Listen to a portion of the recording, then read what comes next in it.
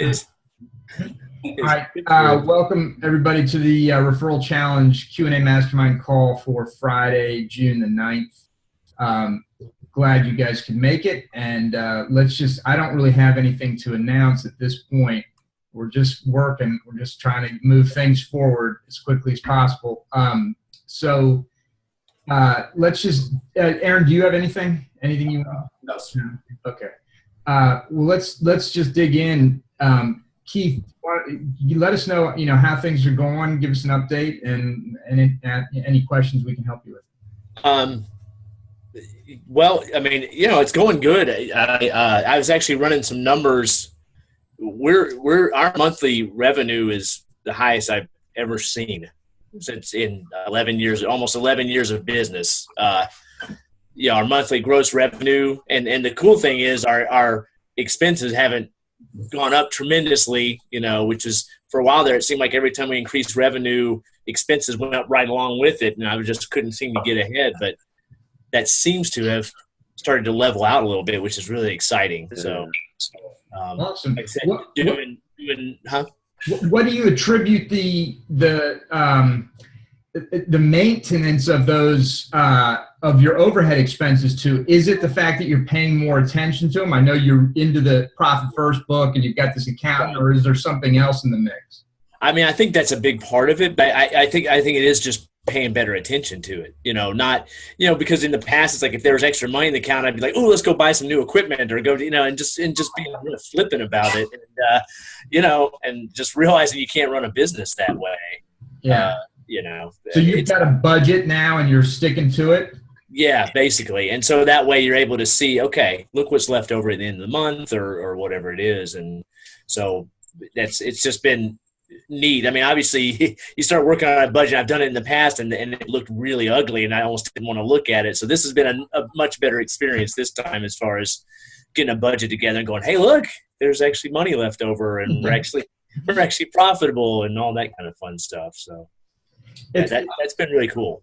Yeah, that saying, what you watch and measure improves. It's just absolutely true. It's absolutely true because your attention is on it. There's no doubt. Let me ask you about your budget, Keith. If you want, I'd like to dig into it just for a second, if you don't mind. Sure. Do you do a macro and a micro, or just a macro, just like the big items, or do you itemize, as thoroughly as you possibly can?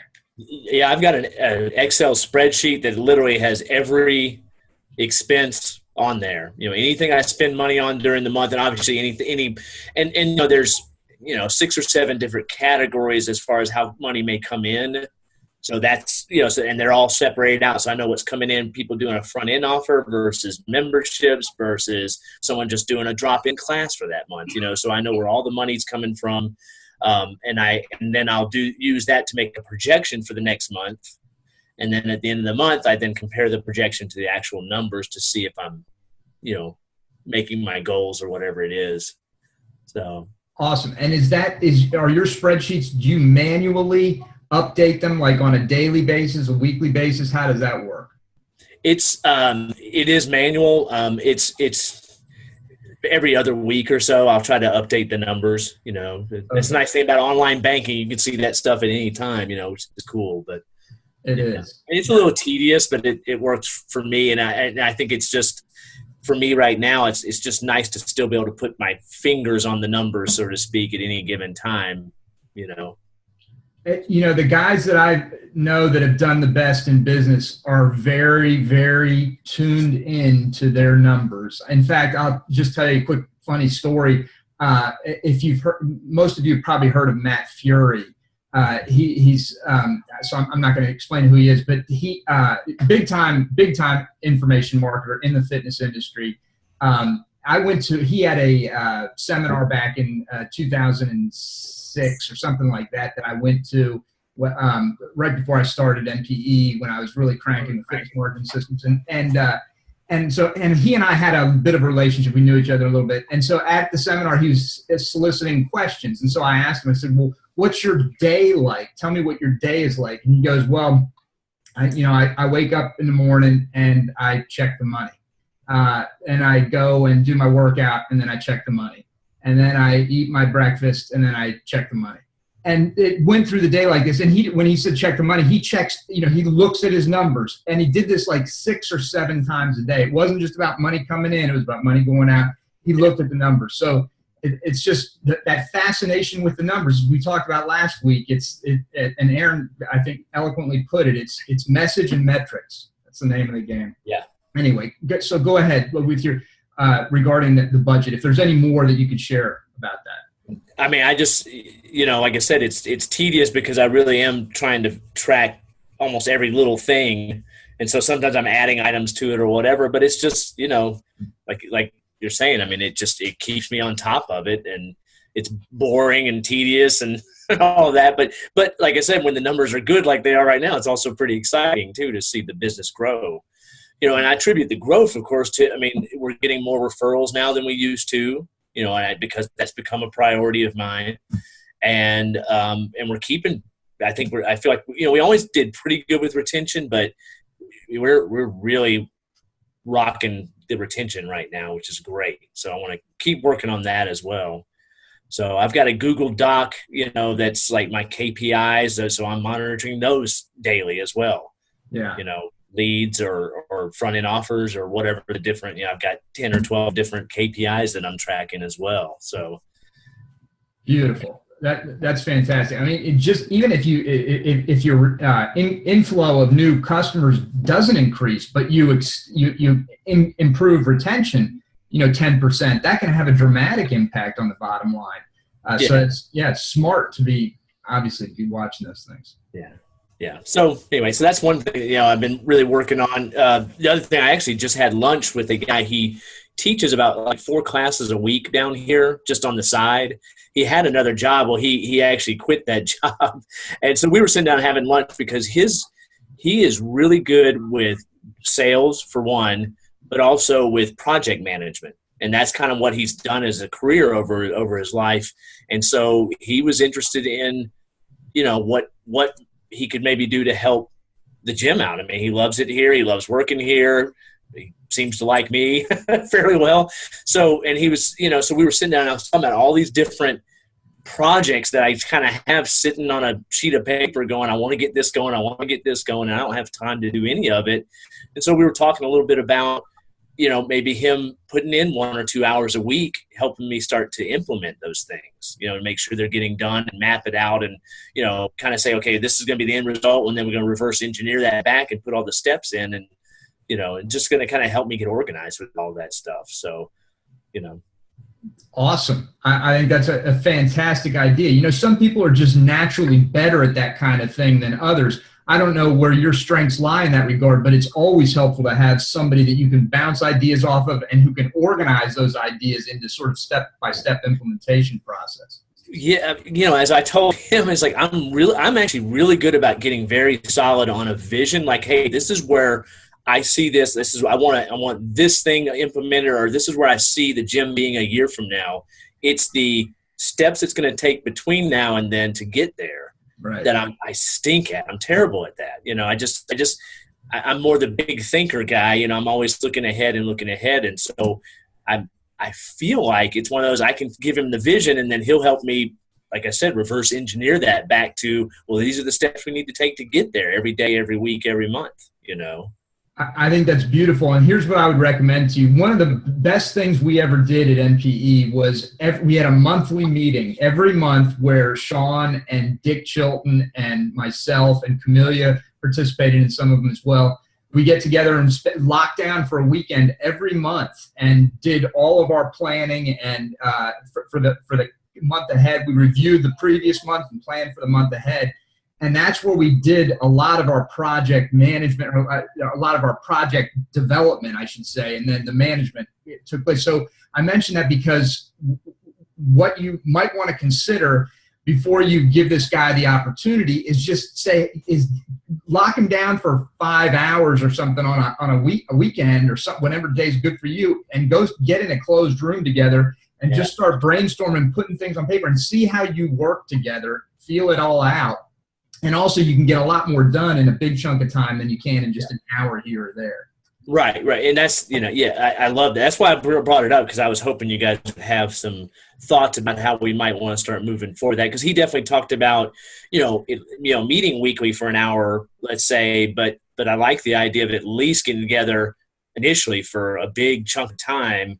And then we can say, okay, well, now when we meet for this hour each week, this is what we're going to be doing, basically.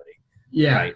Yeah. That's great. Plus, you'll get to know him a lot better. When you spend 5-6 hours with a guy, or intensively, just the two of you, you're gonna get to know him pretty well. You guys go to lunch together, in between, and talk, and right. So that's all very helpful. Okay. No, that's great. That's mostly what I have going on. I've tried to stay. This week I spent some time trying to get back in touch with the charity that we picked initially, when I started TRC, because I've gotten busy. I haven't really done a good job of staying in touch with them, and they haven't really been reaching out to me. And I just tried to re-foster that relationship. And we were talking about, actually, I mentioned to them about the idea that behind the 21-day habit maker, doing a kind of a, dumbed down version of that. Until when obviously when you guys get the main thing rolling out, I'll definitely do it. But in the meantime, I figured we could do, maybe for a month, do the 21 days for $21 with the money going to our charity, and they'll help us promote it and all those kind of fun things. So. Fantastic. That's good. And yeah, I'm glad to hear that you reached back out to them, because just like with partners and everybody that you work with, you want to obviously maintain the relationship. That's, so that, because that's how relationships work. Yeah, exactly. So that's what I've got going on. He and I did talk a little bit about local by referral and the possibility of him helping me setting up those partnerships and things too, once that's all ready to roll. And so, Awesome. All right. So I feel good that I might have somebody kind of in my corner, helping me implement some of this stuff, because it, as it gets tough sometimes. Oh yeah. And I think it's good to lean on those partners, not in a pressure way, but just to ask for help. And because a lot of folks, especially when they have a vested interest, which the charity obviously does, they can sometimes be very eager and have extensive resources that you might not even be aware of. Right. Yeah, definitely. All right. Cool. Good.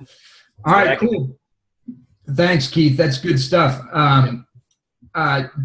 Jonas, I haven't seen you in a while, brother. It's good to see you on the call. Let us know how things are going with you, and any questions you might have or things we can help you with. Hey, what's up? Yeah, it's been a while. I did have a question about that one thing you was talking about earlier. You said you had like a monthly meeting at NPE. Yeah. What was the workflow like for that meeting? Like, can you describe like what it was like, and like how was it organized, and did y'all have like a big calendar, like what y'all write on to get to visualize like the calendar the month before, the month after? Like, is it just what kind of stuff did you use for that meeting? So it was pretty involved, and this is largely because Sean, his greatest strength was the organization and project development, project management, and utilizing technology. So we had some pretty robust tools that we used, but one of them, I'll mention a couple of them. One of them was a cash flow dashboard, which is similar to what Keith was just describing in terms of, Keith does it on a Excel spreadsheet. We had it built from an Excel spreadsheet, but then automated into a software program. It cost us, $30,000 to have this thing built out, but it was very valuable to have. You don't need to obviously be that extensive, but you need to know the numbers is crucial. So day one, we had a 2-day meeting every month. The first day was all review. We spent the whole first day reviewing what has previously occurred and what we can do to improve upon it. So we looked at everything. We looked at all of our lead flow, where we were generating leads, the conversion on the leads, things like that. We looked at all that stuff. We looked at cash flow, obviously, that had come in. We looked at expenses. We reviewed all the metrics, the key metrics. We did all that. So the review was day one, and specific tools. We use the whiteboard quite a bit, and we just take pictures of the whiteboard and then give those pictures to our admin person, who would then put all that data into a document and get it back to us. So we didn't have to worry too much about scribbling things down. So we use the whiteboard. We use that cash flow dashboard, but again, you could just use an Excel spreadsheet. We had all the documentation was printed out. Like, for instance, another thing we did, we always reviewed clients, our top level clients, which is all the VIPs at the time. So we'd have a full list of clients, and we'd go through them, and we had, at the time, generally every month we had anywhere between 100 and 150 VIPs. So we'd go through each one and just talk about any potential issues that might have arisen. That's a big tip. That's something well worth doing for you guys. For your best clients, is reviewing, what's going on with them and if there's things that need to be managed with them. So first day was review. Second day was planning for the next quarter, but we dialed it in. So we planned for 1 month ahead, and then we planned for a quarter ahead, and then we'd also look at long term for the year ahead. And that was really pretty much masterminding, where we just talk about what we wanted to do, plan it all out, write things down, bounce ideas off of each other. It was pretty loose, but very effective, because we had a good group, of smart people that had good ideas. And so we got a lot of work done that way. Hopefully that gives you a sort of an overview. I can dig in deeper if there's something that of interest to you. I'm just trying to figure out how to apply that technique to, a fitness business, when you got trainers and, admins and lead trainers, and you're trying to develop a calendar, Yeah.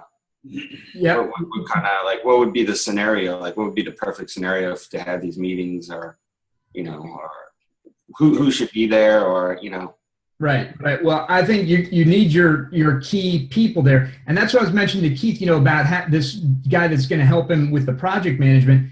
It's so beneficial to have somebody who is a peer, or you can at least is approaching your level, so that you can have a real intelligent discussion that's stimulating. If everybody is just sort of there as employees only and just listening and waiting for direction from you, you're not necessarily going to get a lot of real productive masterminding and thought-provoking stuff. You can still get work done, but it's not necessarily going to take you up another level. So I would suggest, if you've got somebody on your team that is sharp, to talk to him or her about being in that position with you, somebody and just test them out, bring them in a room and talk for a little bit and try and figure out if they are somebody that can help you stimulate your mind, be more creative, and they can add value there. So you got to have that person, I think, because you can't do it all yourself. If you just live in your own head, and I struggle with this because I sometimes do this, if you live in your own head too much, it's not helpful. So it's good to have somebody to bounce stuff off of, and Aaron and I do this all the time. And then your administrative assistant, I think, is it certainly somebody you need in there, because they should have their finger on the pulse of all the activities that are going on in the business, and therefore can give you quick answers to stuff that you need, so you don't get bogged down. So those are the three people. You, hopefully somebody that's like a peer, and then an admin. Hey, Jonas, if I can, I don't want to interrupt you, Eric, but no, go ahead.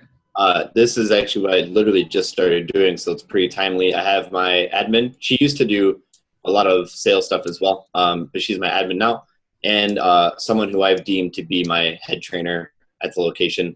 And outside of team meetings, it's just the three of us. We meet, and the first meeting I had with them, I just set the tone, and pretty much I said kind of along the lines of what Eric said, where it's just we think about big ideas and we problem solve at the client level and at the systems level. Because I'm not there all the time. The head coach is there most of the time.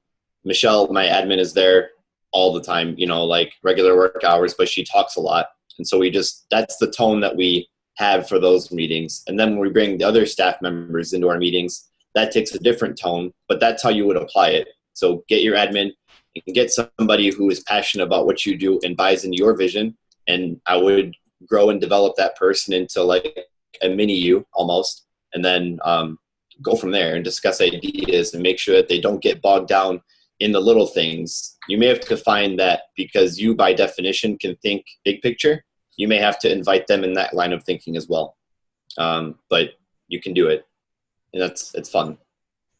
That was very well said. I like everything that you just said, Adrian. And one thing jumped out at me in particular when you talked about the problem solving and the systems review. And that's something I neglected to mention, which we did also, is you look at your key systems and you make sure everything is moving smoothly as it should, and how you might be able to optimize. Yeah, and try not to complicate it when you do it, Jonas, because for you see all the moving parts. Your team members are still stuck in their respective roles. So keep it simple. Onboarding, sales, retention, renewal is what I've broken it down with my teammates, because that's the bulk of it. So the simpler it can be, the better for your teammates. Well, it's pretty simple right now. We don't even do anything like that. So start from scratch. Yeah, but I mean, like, I never ever felt the need for it to have meetings. Like, I have a CrossFit gym I've been having for 3 years. I might have had like 2 meetings in 3 years, and having more meetings, I don't think it would produce more money. Like, it would just be more of an inconvenience. What's your goal? Do you want to eventually separate yourself from the business? Do you want to have freedom from it, or do you mind being there all the time? I'm never there at all. So, okay. Good. Yeah. I don't know. I guess, You've got some magic mojo though, Jonas. I mean, and Camille's told me that too. There's something going on there where people, and I'm a little tongue in cheek, but also people seem to be fiercely loyal to you, and that, God bless you, man. You got, like I said, that's some mojo. So, because not many people can be absentee like you are and still have a business that runs and generates profits. Yeah, I mean, I'm sure I got problems, but I just don't know about them. It's out there to know. I don't know about them. Yeah, listen, I was never a big fan of meetings, and until I started to experience what can be accomplished by doing them the right way. And when you do them the right way, they can be very, very valuable. And I mean, when he was talking about Matt Fury, I was like, looking at the numbers and stuff, like, that's the hardest thing I have. Like, I don't even want to see it. I don't even want to look at it. Like, I don't want to look at it. Like, I like, even like, I've been working with your wife, and we had this spreadsheet, and like, I just haven't looked at it in months. Like, I mean, the admin's filling it in, but like, I don't even understand like how me looking at it would make me more money. But I'll tell you how. I know, but like it doesn't apply to me because I never made money that way. But like, it just doesn't make sense to me. Like, I just like, the only thing that makes sense to me is just keep on moving forward and taking risks. Like, well, you're like a shark. I mean, really. I mean, you just keep on. I try to look at it and stuff, but it gives me anxiety when I look at that stuff, and I'm like, oh my God, like, it's just weird. It's just something about numbers. I don't like them. You're a different breed. That's all there is to it. Because frankly, I would never recommend anything that you just described for any professional business owner. Right. So I'm gonna go see Fred next week. He lives about 34 minutes from me, Fred Zoller. And I'm curious to see like how his place is run compared to like mine. Like, I'm sure it's night and day difference, but I'll bet it is too. And I think that'll be a real good experience for you, for both of you. I'm sure it'll be an opportunity. So things to consider, Jonas. I mean, things have worked for you. Obviously, they've worked for you. And as long as things are moving along nicely, then who am I to tell you to do something differently? I would just say you are the exception to the rule. And Jonas, you're the only guy I know that can fearlessly jump on a skateboard, go and jump things, flip it, do all these and be afraid of a spreadsheet.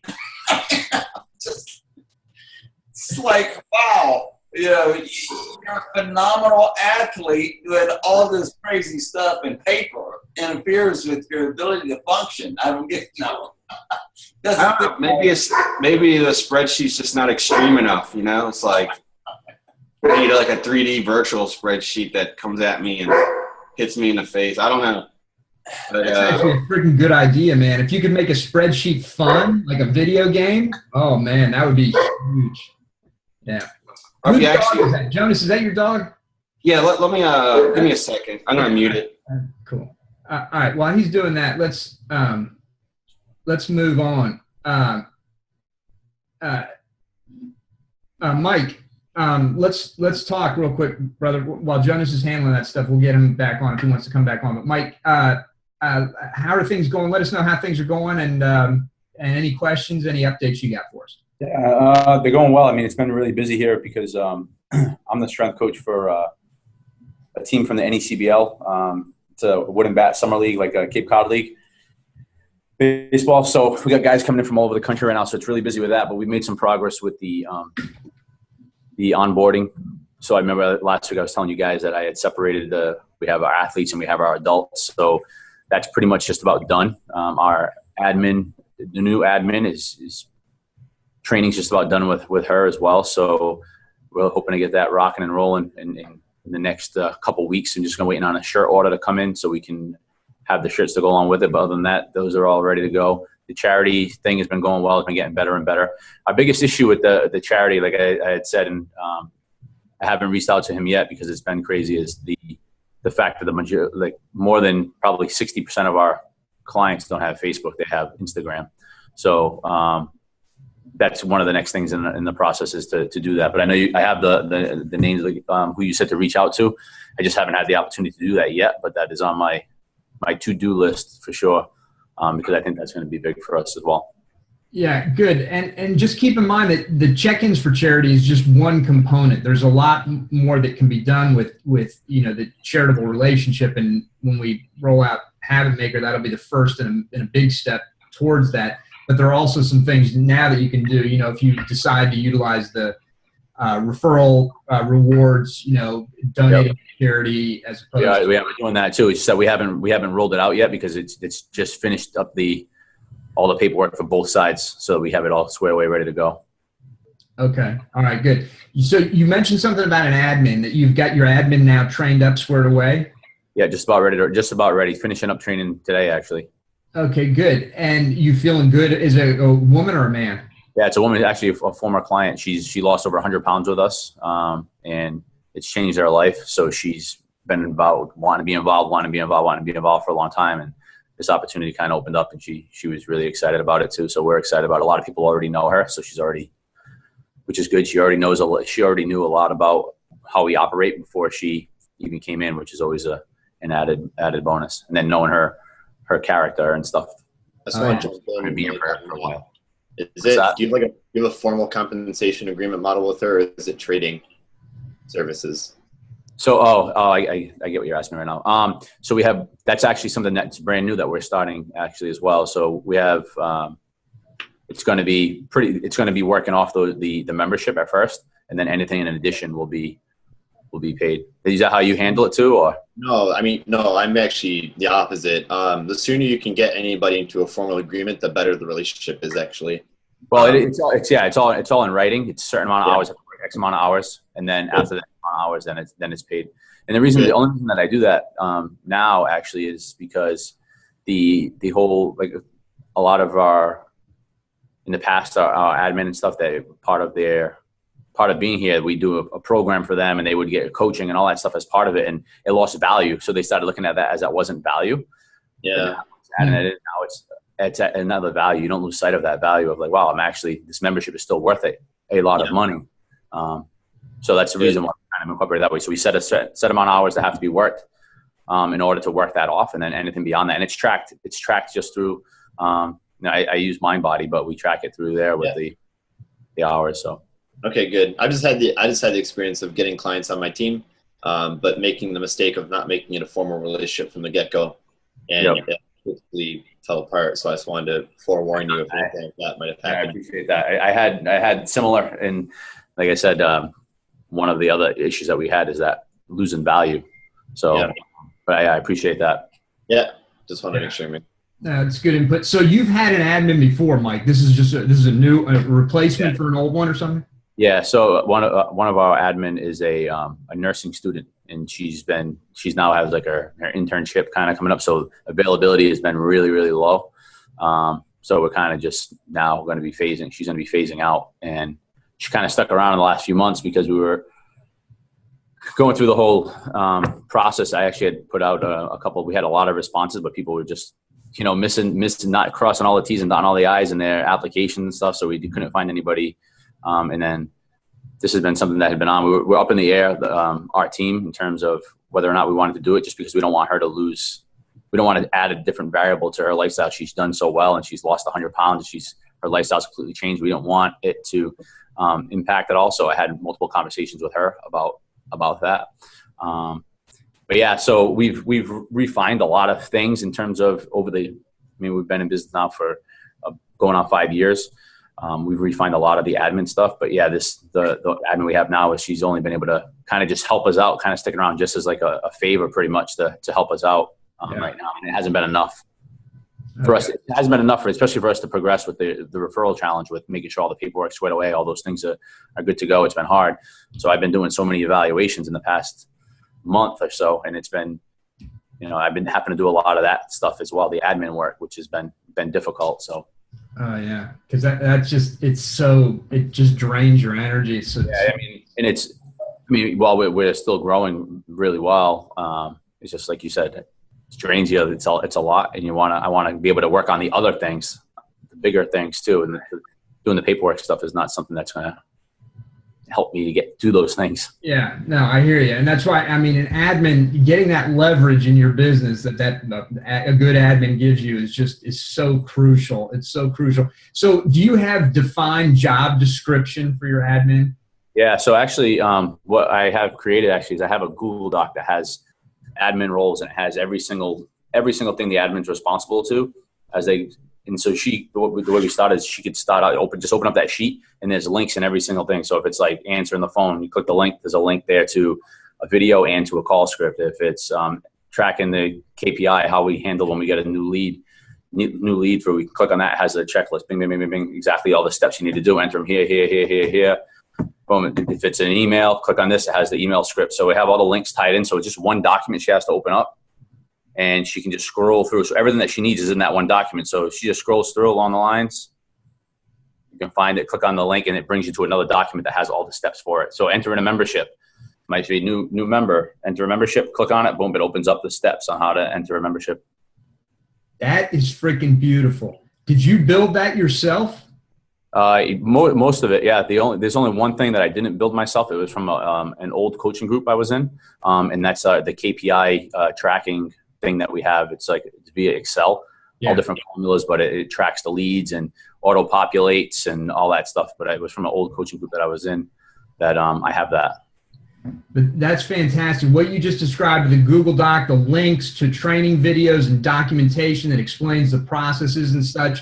That is huge. That's how you duplicate. That's it. Right? The biggest problem that I had, and the reason why we started doing that, was because, we had all this stuff in the drive, and it was like all scattered everywhere. So it was like, how do you find it? So when I was thinking about bringing in a new admin, I was like, putting somebody here that they're going to be lost. Like, what do I do? So I just started with, all right, what are the steps? What do they need to do? And I just started going through in this one document, and then I just started adding through it, and I'm sure we can still add to it more. So there'll be stuff added to it for the referral challenge on, okay, the person signs up, sending the letters, like, where are we going to find the letters? Where's all those links will be added in as well. Those aren't in yet, but for the most part, everything's there in terms of scripts, in terms of checking everything, all of that. So that's fantastic. That's the kind of organization that makes for a well-run business.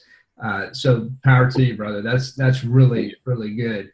The only other thing I would recommend, if you're not doing it already, is particularly with somebody new on staff, for the first month or so, or maybe even longer, you can do it indefinitely, is make sure that you're touching base with her at the end of the day and just saying, hey, how did things go today? Did you run into any issues? Is there anything I can help you? So yeah, I actually, I started a log that's shared with me. So at the end of each night, the coach has to, it could be a coach or it could be an admin. We have one specifically for the admin. She would go in and fill in all the details of things that went on tonight, any issues, any questions where she struggled. I updated this, and this. She knows what the beginning of the shift, the things she needs to do right away. Just from the beginning, you open up that sheet and it says, okay, log on here. Here's the login. Log on here. Here's the login. It has all that. Then at the end of the night, it says, okay, send Mike this, and this. And they send it. Did they do it? Did not do it? Why? Why not? What was going on? And so then I can respond via it, but I can see it too. And if there's no response, then I know, all right, well, wait a minute. Why was there no response? So what's the deal? What's going on? And it holds them kind of accountable to make sure that they're checking in. Yeah. I mean, what you just, that's just beautiful. Is there anybody on here who does not have a system like that in place in their business?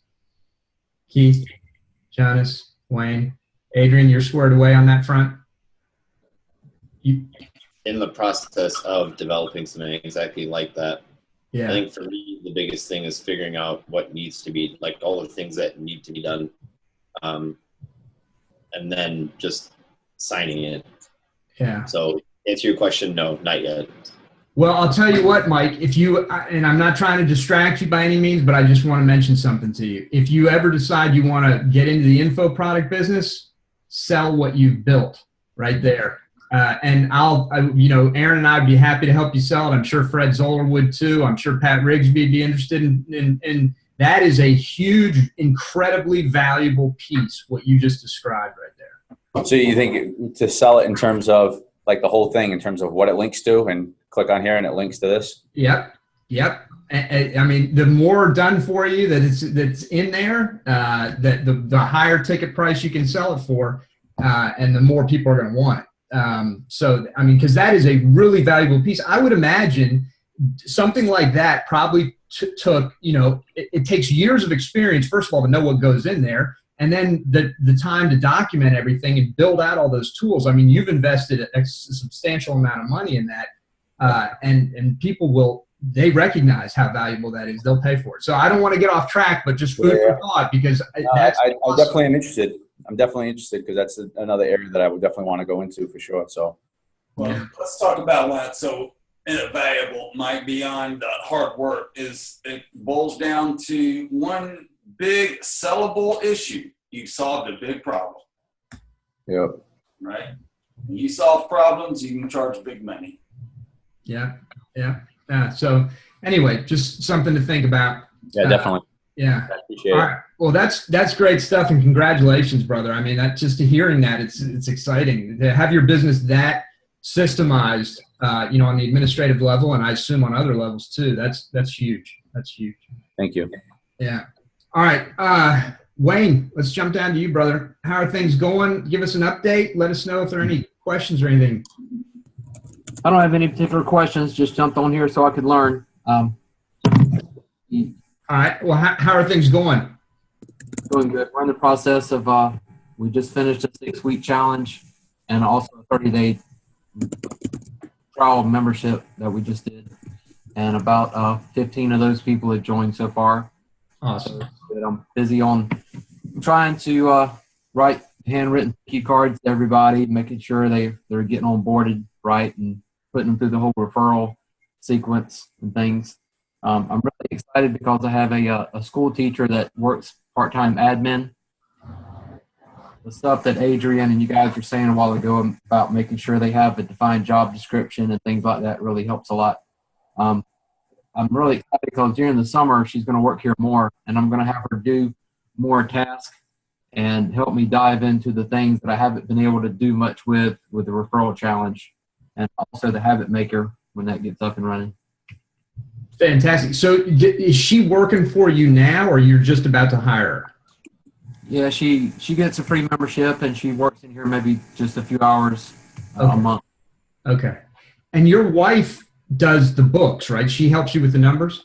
She's the one that does the financial end of things. Yeah. She's not into so much as the sales numbers and the tracking of the leads and stuff, and that's where I'm lacking it a little bit, and that's where this school teacher is going to be really good at. She's really all about numbers, and she loves spreadsheets. God bless her. Imagine she loves spreadsheets. Yeah, really. But do you and your wife talk? Do you like have a week? I mean, I don't. Do you have a weekly meeting where you discuss your numbers, your overhead expenses, and things like that? Yeah, usually it's my wife telling me we're spending too much, and she doesn't really understand sometimes of needing to put money back into the business, like giving people a free T-shirt or free water bottle, and she's more about watching the bottom line. Yeah. So it's not always the best conversation. Yeah, but that's good. In a way, it's good to have a little bit of friction like that, because numbers people tend to be more conservative. Accountants by nature. And I don't know if your wife has an accounting background or anything, but they just tend to be more conservative type people with the numbers, because they watch those numbers all the time, and they can so they're very sensitive to changes and things. But what that does is it challenges you to justify your need to spend additional revenue, and then she helps you be accountable to that expenditure, because she's tracking it all. So she can then later say, "Hey, Wayne, what you spent all this money on, we didn't get a return on it," and then that's good because you learn from that. Or, Wayne, you spent all this money, and look, we got a 50% return on this or something. So it's a good way to learn, is what I'm saying, by having that little bit of friction in terms of that conversation. I think it can be helpful, is what I'm getting at. It's like you're a fly on the wall, because those exact conversations have happened. It's like, this much money, what's going on with this? Like buying supplements to sell or something and not working out. And, so those exact conversations have happened. You're right. Yeah. Well, it's a good way to learn, and for both of you, I think, she'll get a little bit more entrepreneurial, and you'll get a little bit more, have a better understanding of your numbers, which is crucial, as we kind of talked about. Mm-hmm. All right. Well, good. And that's exciting news about the admin too. I think that's going to be great to get more time in, an admin that's spending more time in the business with you, that give you more, free you up to do, some more bigger, important things. Yeah, there's a lot of things that you guys have given us, and all the free content and the lead generation that she'll be able to do that I haven't been able to put my hands on yet. Awesome. All right. Very good. Adrian, let's head over to you, man. Let us know how you're doing. Give us an update and anything that we can help you with, any questions you have. Yep. Yeah. So I guess just some minor things going on just in the whole process of growing without me being directly involved. Because I know that my personal goal is to have freedom from the business so I can spend time doing things I want to do. So working hard toward that. I made a couple of notes because just things that are going on in my life right now. I finally got like a structure down for our large team meetings, where I've actually enforced a self-development course for my team, where I gave them a list of topics that range from training, nutrition, mindset, psychology, behavior change, and communication, because those are like the 5 most important pieces. And each person is to present 2 things that they learned from any of the columns at every team meeting. If they miss more than 3 meetings in a row with nothing to present, then I kindly ask them to leave our team, which is a nice way of saying that they're gone.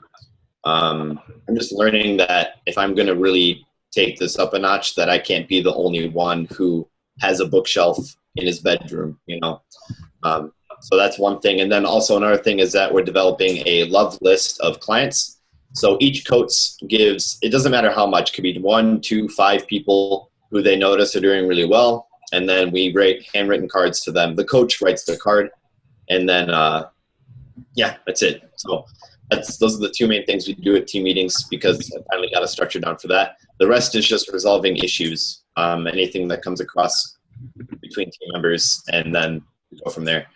And then I've gotten a few more client videos done. I might post them in our group, in the TRC group.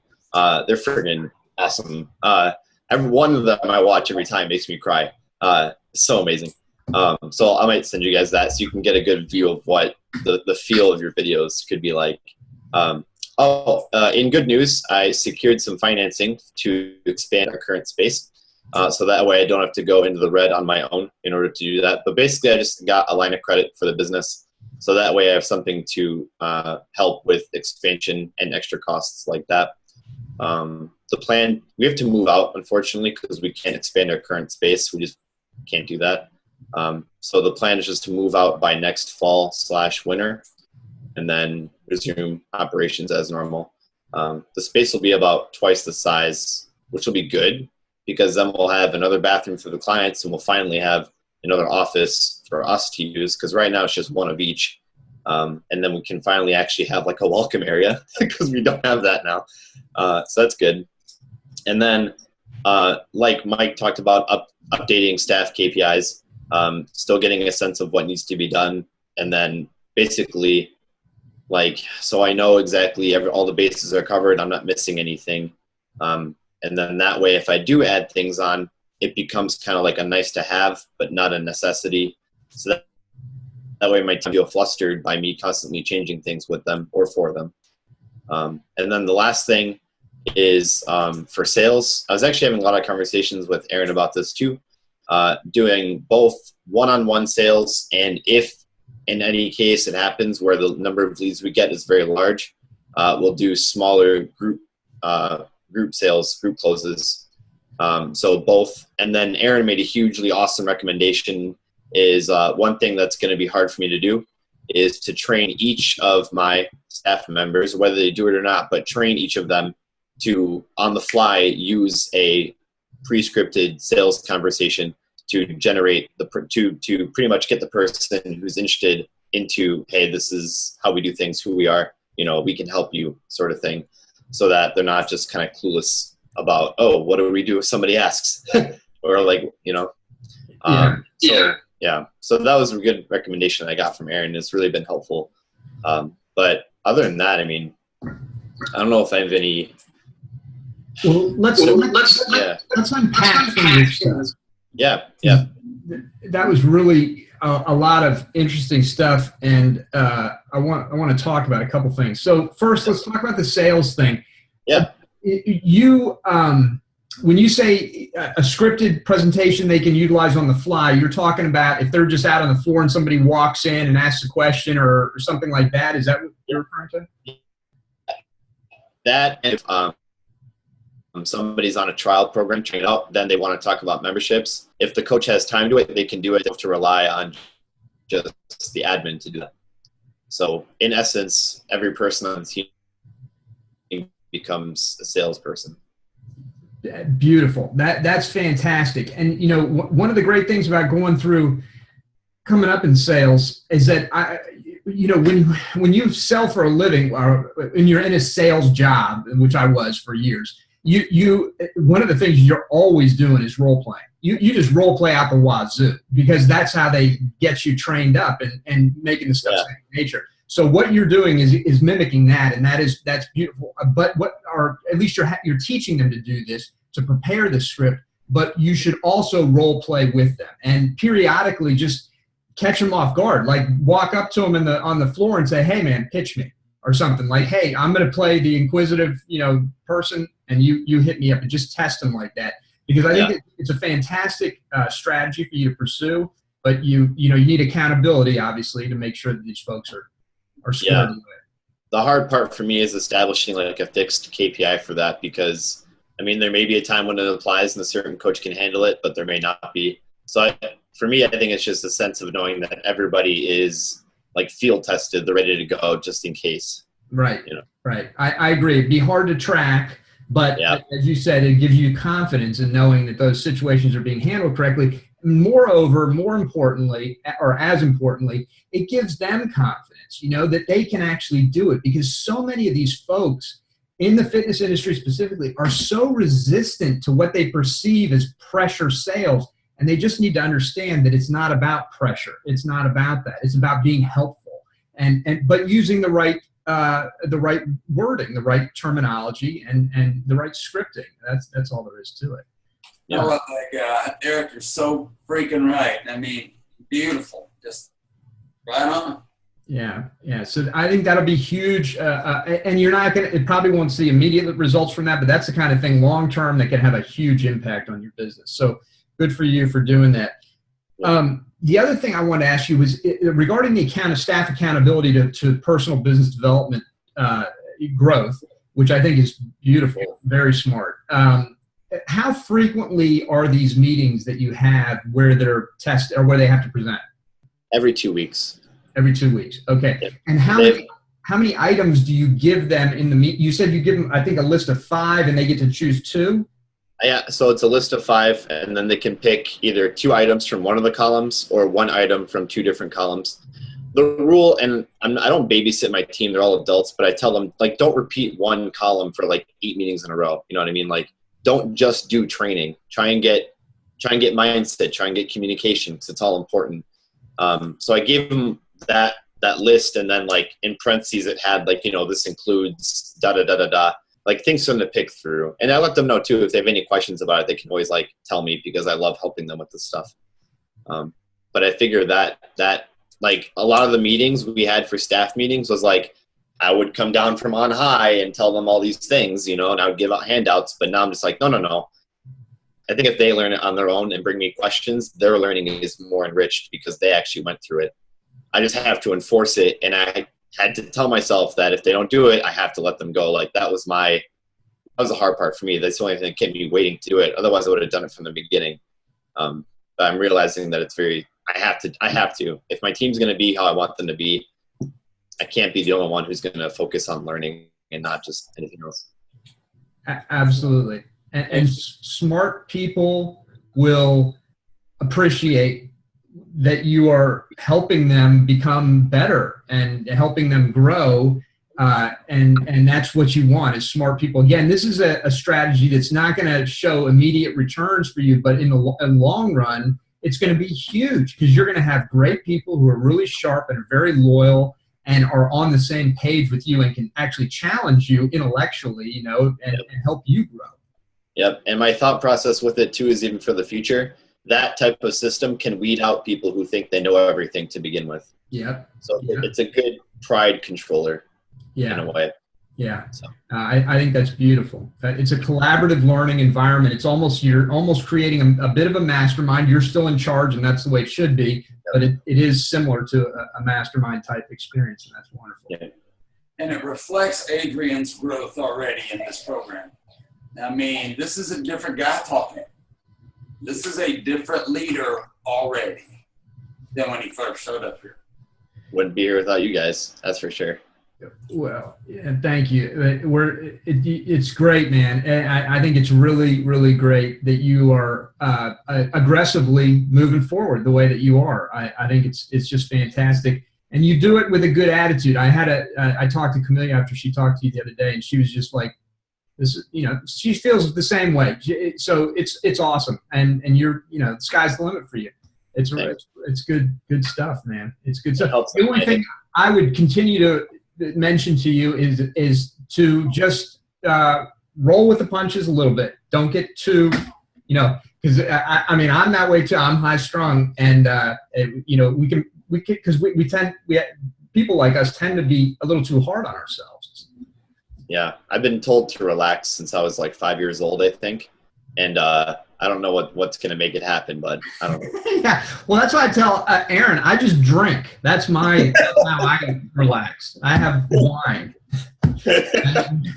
Well, I'll tell you what, though, Adrian, for a guy that people claim is so, strung out, you make the freaking best emotive videos I've seen anywhere. I mean, you kill it, man. Yeah, I've only seen one of them. That first one that you rolled out, that was awesome. So I'd like to see more. So definitely post them in the group. They'll be client-centered, not so much on me, but more about the client's experience, but same feel. Definitely the same feel. Who's editing your videos? You have somebody that does that a go-to person? We have someone locally who does it here. They're a big, actually, production company for a lot of people in Kalamazoo, Michigan. And this is my first time working with them, but so far the output has been fantastic and totally worth every penny. So I'm looking to work with them in the future as well. Yeah, well, if they're willing to edit and not just, I know they shoot for you too. They shoot and edit. They do soup to nuts, right? Yeah. Yeah, they do. I mean, if they're willing to edit, you might, and you want to post a link to them in the Facebook group for other people, because obviously not everybody's in Kalamazoo, but if they could do it digitally, do some editing, because good editing is one of the secrets to great videos. I mean, you got to have good editing, and these guys look like, at least from that one video I saw, it looked good, really good. I'll ask them if you can edit from people who aren't in our town. Yeah, if they just provide the raw footage to them, can they edit and add sound, soundtrack and things like that? Because there'll probably be some other folks that would take them up on it. I don't know. I'm just saying, it's a possibility, and be good to help out this business if they can do it. Yeah, I can do that. All right. I want to jump back. Jonas, did we need to go back to you on anything? Was there something that we left unfinished when you had to go handle the dog?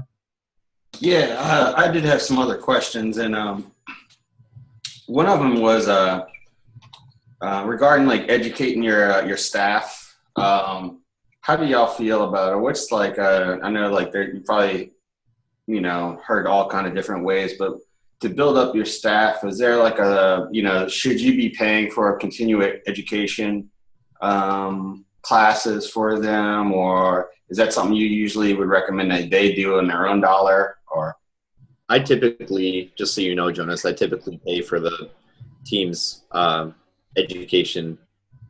It came from my own values and my own priorities, and I believe firmly that if you can invest in your team.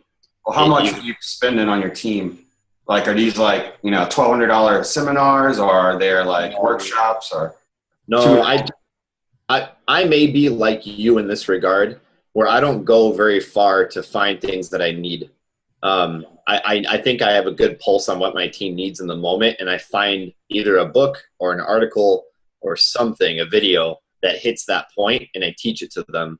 You may have that similar strength. I never take my team really to seminars or places like that, because if I believe that I can teach it, it comes from me and I understand it better too.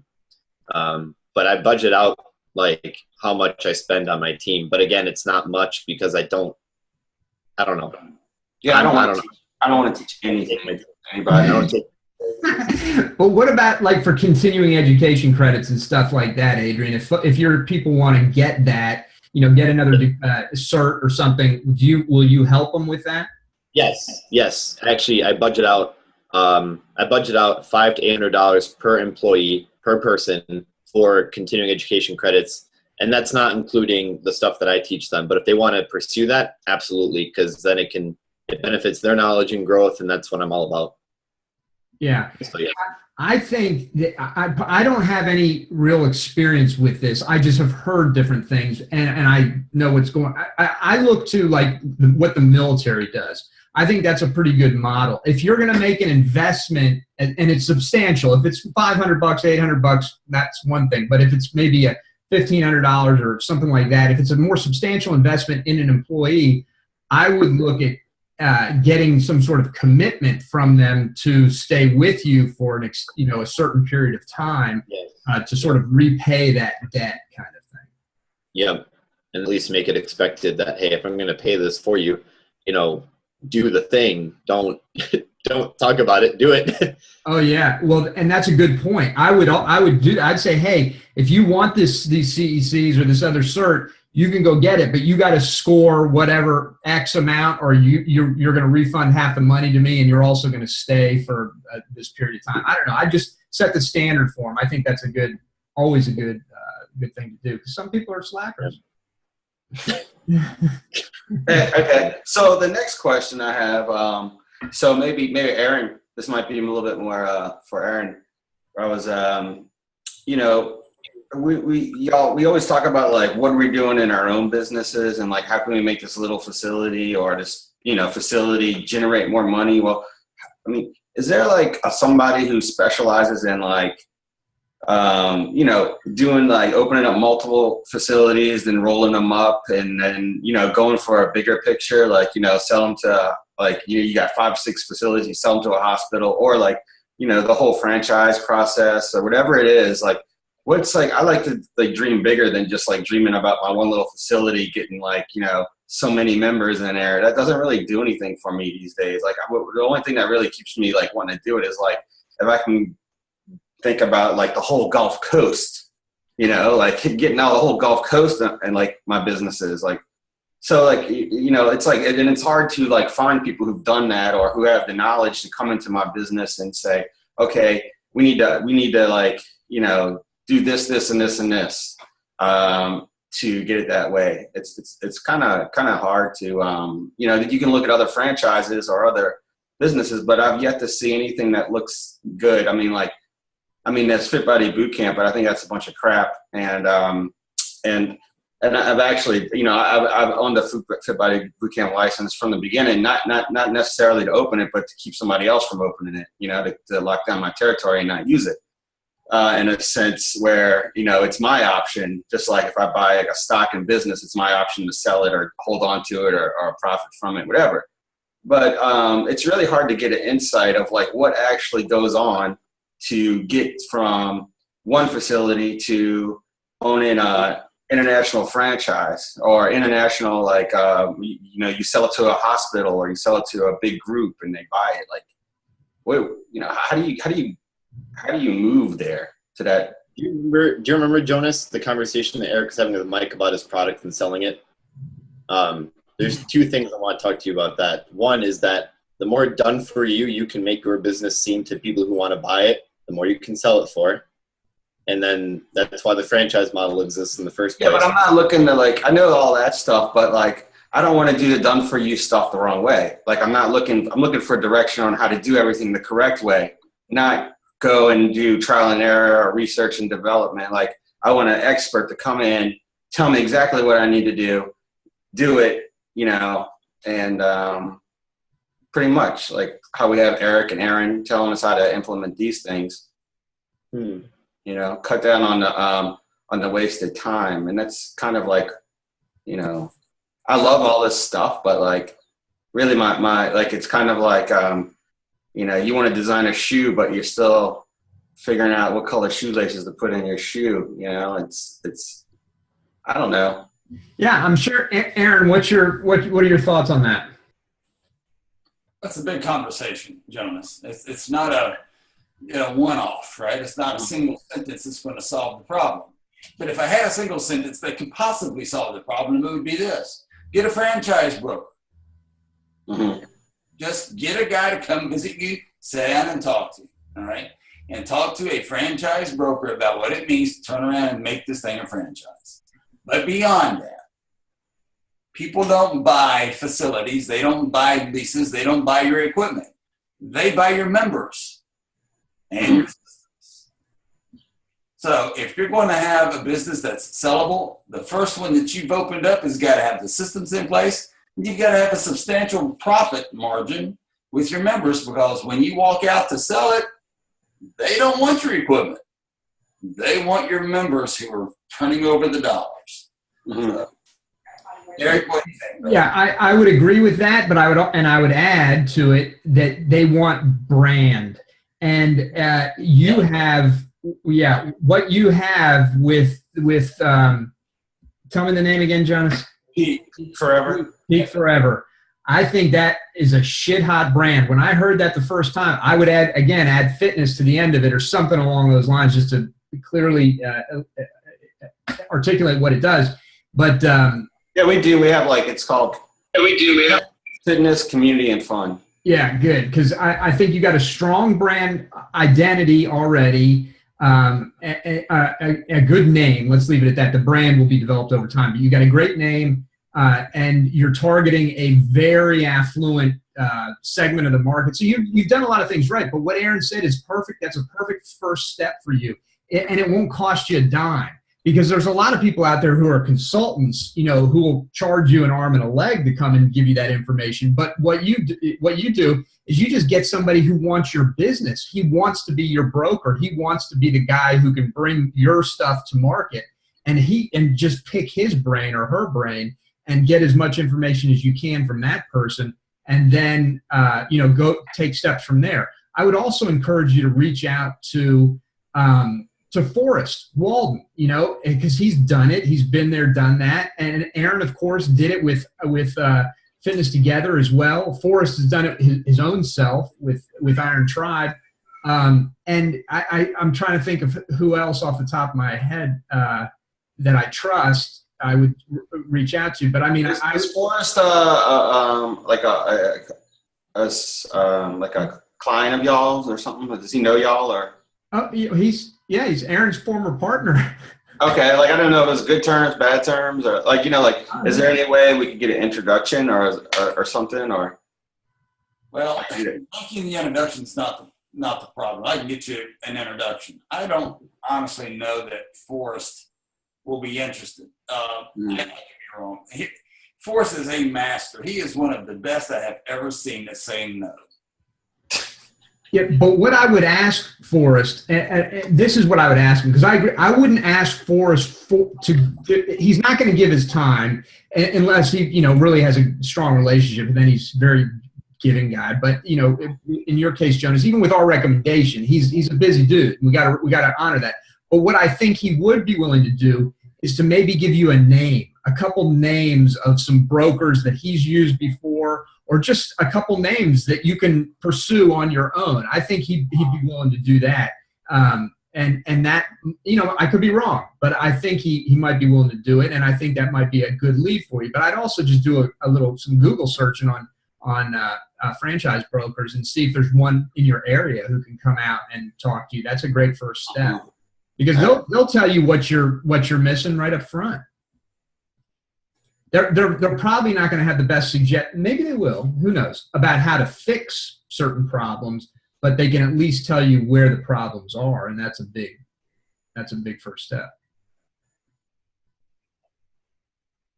Did you kind of go through this kind of like transition too, like when you started NPE, it was basically just like, when you went to a Fortune 500 company and you like it's the next level, like.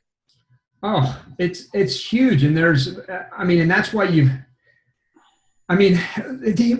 did everything bootstrap. We bootstrapped the whole damn thing. And so we brought in experts. I mean, we consulted with Dan Kennedy and some other folks, and, bought some consulting time with some smart people that could help us. But ultimately it was just about grinding through it. But here's the thing is, I mean, as much as I have difficulty with the guy today.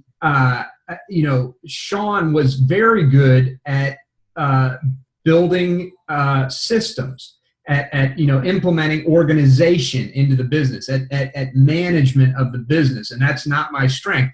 I can market and sell, and he managed the stuff. And so you need somebody in order to. Somebody, and Camelia's helping you with this, but unless she can only consult with you, you have to have somebody on the ground who can implement and make sure those systems are dialed in.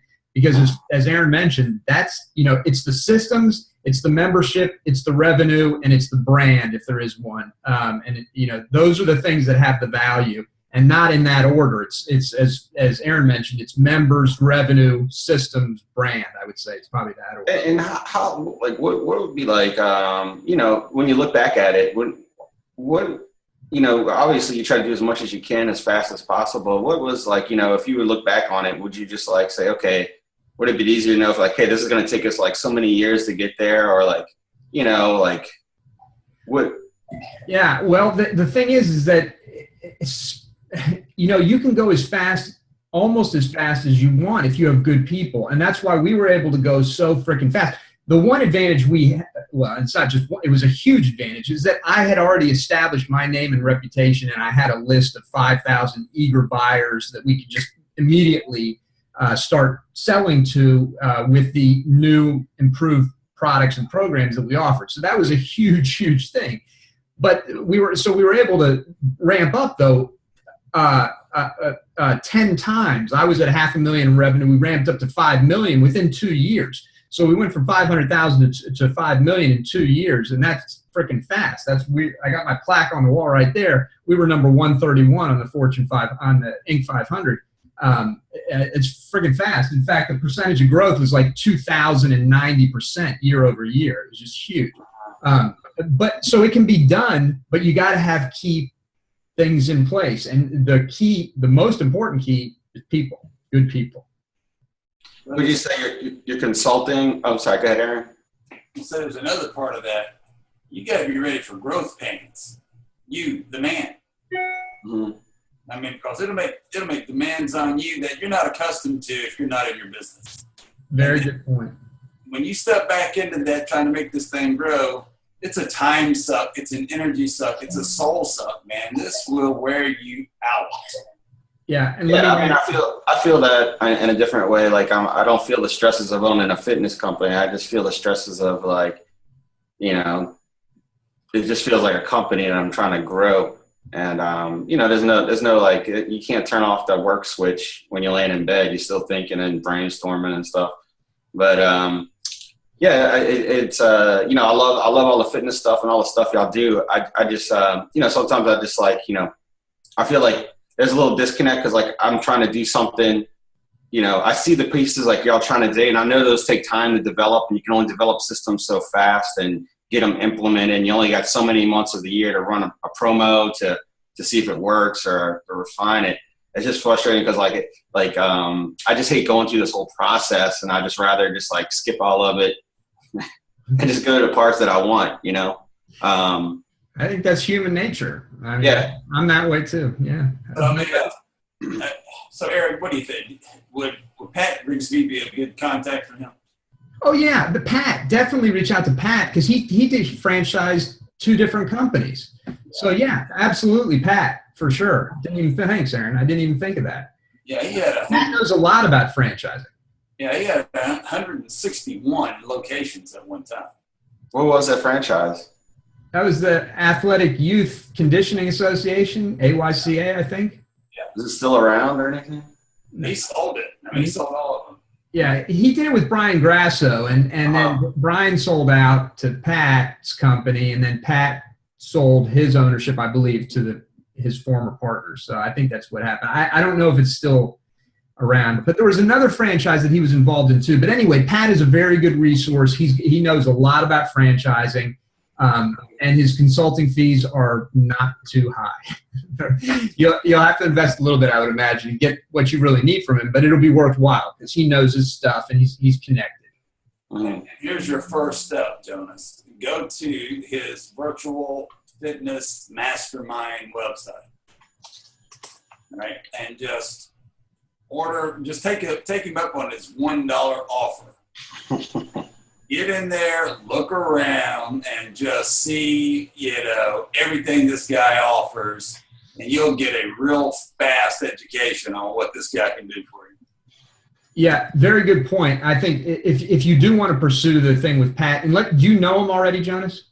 Do you have a relationship? I mean, I met him. I just never really felt like I connected with you know, a lot of the people in the info product fitness industry, or you know, because I just, you know, they're I mean, there's nothing against you know, the people in the industry, but they're more a lot of, you know, I'm just not into I go to those things and they're working out and you go to a seminar, you go to something and they're working out, and you know, they got workout days inside of the seminar room where all the trainers are working out and all this stuff. I'm just not really into being a trainer, you know. Yeah. And a lot of these things it's just hard for me to be there because I'm in these rooms with all these trainers and I'm not a trainer. I'm you know, I don't feel like I'm I don't want to wear my logo shirt. I don't want to wear you know, workout clothes all day. I don't want to, you know, and the same thing with CrossFit. That people that do CrossFit, the guys that own CrossFit gyms, they're all they look like they could bust out in a CrossFit workout at any moment, you know. You know, they could be going to a football game and they got CrossFit clothes on when they need, with their socks pulled up and their Reebok shoes, and they'd be doing burpees or pull-ups any time, you know. It's like trying to you know, it's like going to a football game and you're all the fans are in pads and they look like they bust out and tackle people or whatever. It's just, I don't know. I just it's hard for me to relate because I don't see the separation between business and real person. I just see this big glob of people that are all just fitness people. They don't have an identity other than the Under Armour shirts they have on, or the Lululemon pants, or the Reebok clothes. I don't know.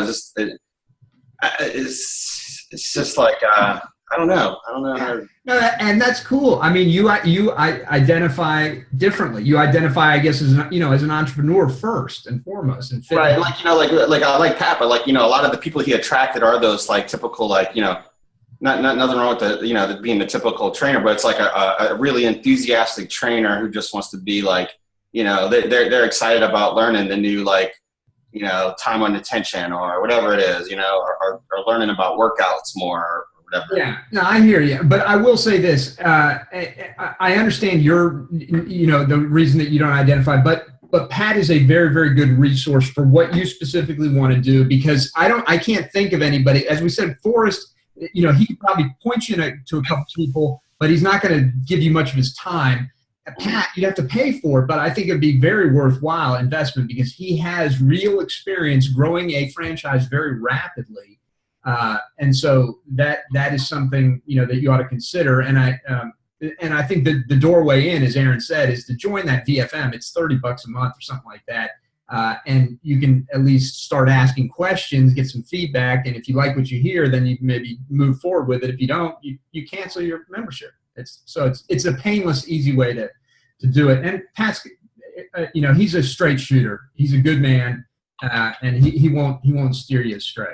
Like how do you so when you develop your team, obviously you look at people outside the fitness industry, like Chilton, that's his name. Chilton, yeah. How do you find people what's that? I mean, that's kind of like an oddball person to bring into a fitness personal company. Connections. Yeah, it was just personal relationships that previously existed, and that's why it's good to have if you look at those things.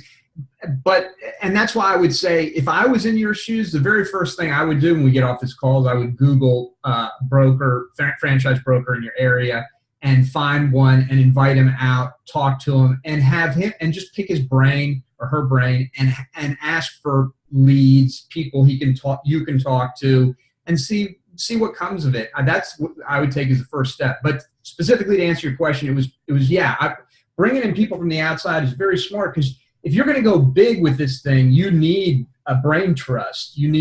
But let me deviate just for a second and mention one other thing, very important for you to consider. When NPE exploded in growth, and I've mentioned this many times before, the irony of NPE was that NPE stands for net profit explosion, yet there was no exploding net profit in our business, okay? Because all the revenue was pumped back into the business. That's the only way you can get that kind of growth that rapidly, is to move everything back in. So I'll tell you, if you pursue this, plan on, in the short term at least, for the next few years, not making any more money. I mean, you're capping out at where you are now, maybe even taking a little bit of a pay cut, because you're going to have to pump so much back in. Oh yeah, I mean, I've been putting in an extra $3,000 a month, just trying to cover new expenses, new hires, and all that stuff. It's I'm 1,000 away from making a profit, but then next month we add more stuff, and it's now it's back to 3,000. I'm constantly just putting money back into the business to try to get it to where it is. But I know it takes time. You can't get 200 clients in a month, or 6 months. It's really hard to do those things, in my opinion. Yeah. Especially when you don't have everything, you don't have all your systems set up, or whatever. You don't know, you don't even know what you're doing really. So, there's no doubt. I mean, there's a lot of challenges for sure. But as we've mentioned, I think you have, number one, you got the desire, and number 2 and 3 and 4 is you got, a good business model, it seems like, and you're developing the systems for it. You got a good name. So some things are in place. But most of all, you want it, because if you don't, if the desire isn't strong enough, it ain't going to happen. So I just encourage you to start getting more information, and then get back on the call with us. Let us know how it's going. If we can help you get an introduction or to get something from Forrest, I'll be happy to reach out to him and ask him. I have a personal relationship with Forrest, just like Aaron does. And so, it's not the same. Aaron's known him all his adult life. But Forrest and I are friends too, so I would do that with Pat. I would. We're friends, but I'm not. I'm not going to ask him to just give you information. You'd need to take that step. Pat. All right. All right. So Go ahead. Real quick. Yeah, go ahead. So like when you were like, so for the process, like what made you decide to like go find somebody like Dick Chilton? Like how did you like say, oh, we need this? Like, was that just like a moment? Like you just met him and you're like, oh, I need this guy? Or was it like, did you seek him out, or did you like say, hey, I need this this old school type of marketer dude, like, you know, who like, no, like, how did that happen?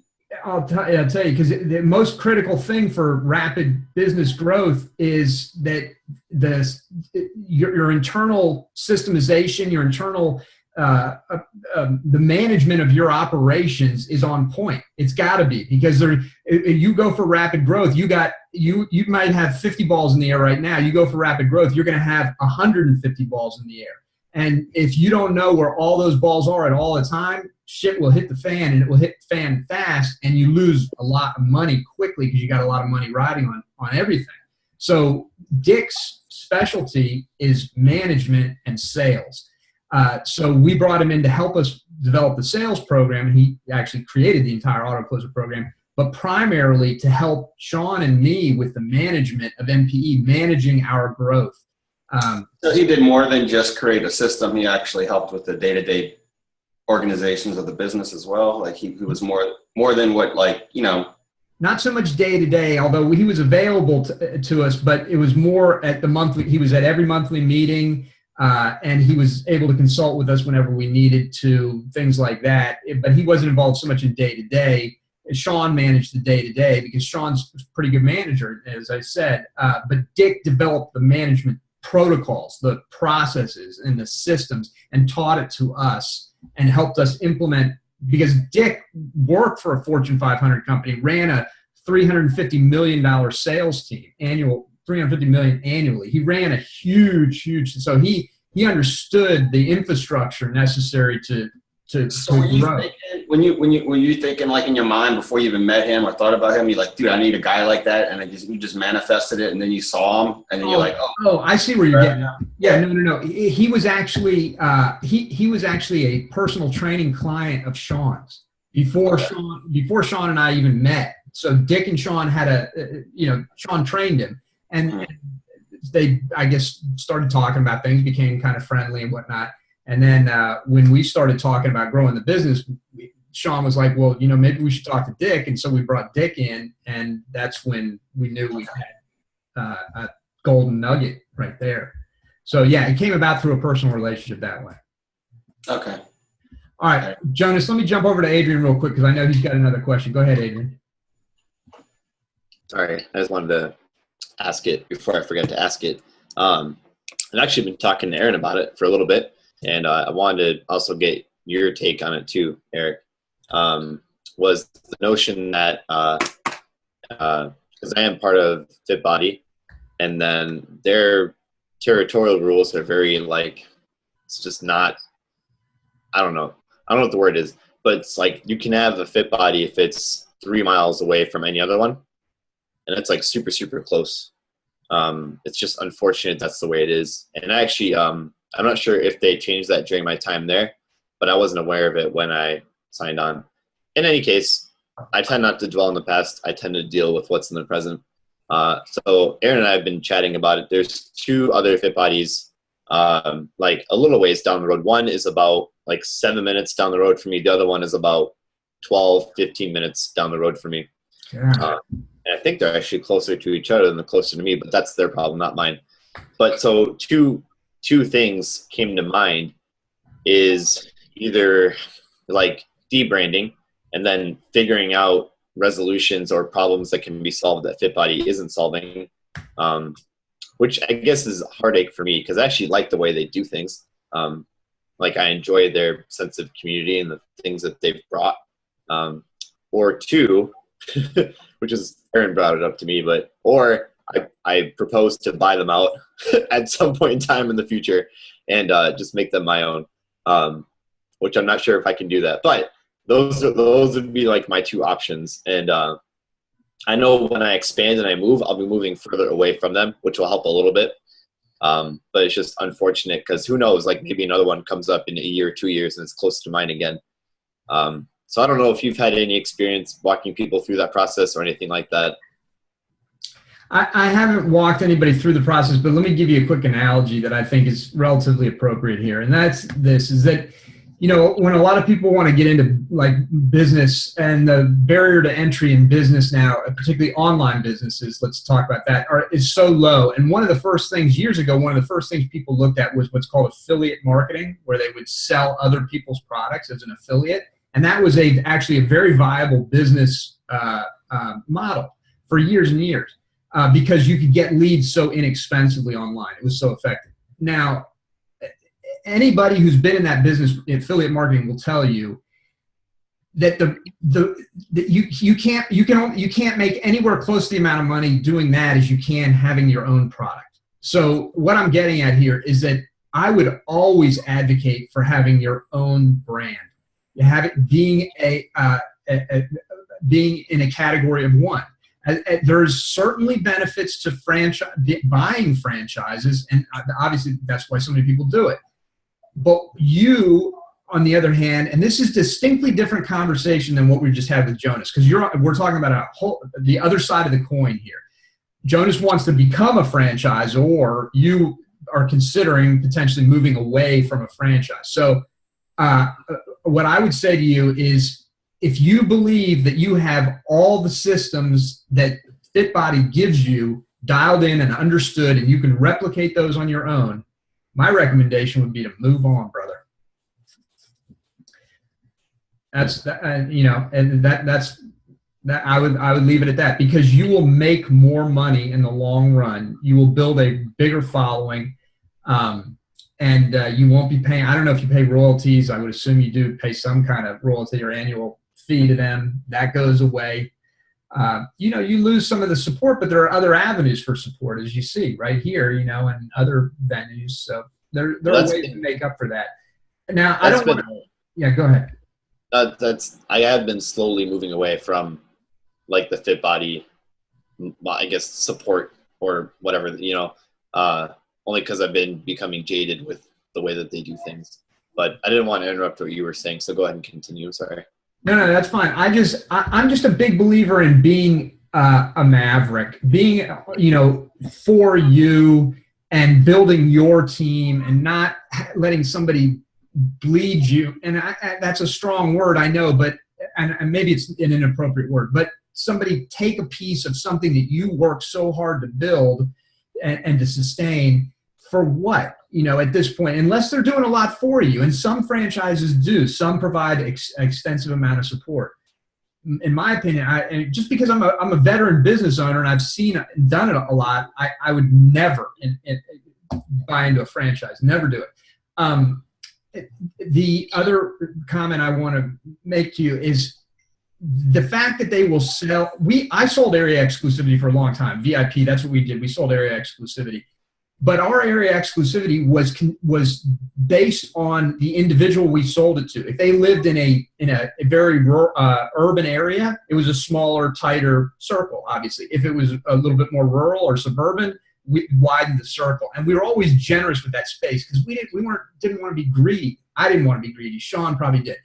Now, you clearly, if they're selling 3 miles from you, that's fucking greed. That's exactly what that is. Yep. Exactly what I told you, right? It's the same exact thing Aaron said. Same exact thing. Yeah. And it pisses me off. Yeah. So that's how I feel, man. Yeah. Last thing before I let you go, I just want to mention one other thing, Adrian. I had a line of credit. I opened a line of credit when I first got started making good money with my business back early days. Got a $40,000 line of credit, never, ever, ever used it. And so thankful that I didn't.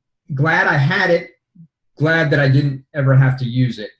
I would encourage you to internally finance. If you plan on growing and you set a date, if it's 6 months from now, make a plan to do what is necessary to sock away the money that you will need over that 6-month period, so you don't have to dip into that line of credit, or you only dip into it marginally, because credit is dangerous. It's helpful at the right period of time, and it's very dangerous at other points.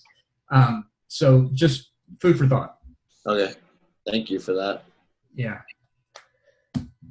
All right. We're going to wrap it up, guys. We've been on for a while now. Thank you very much for being on the call. Really appreciate it. Hope you guys have a great weekend. We'll talk to you later. All right. Thanks, everybody. It was awesome. All right. Bye. See you guys. Yes.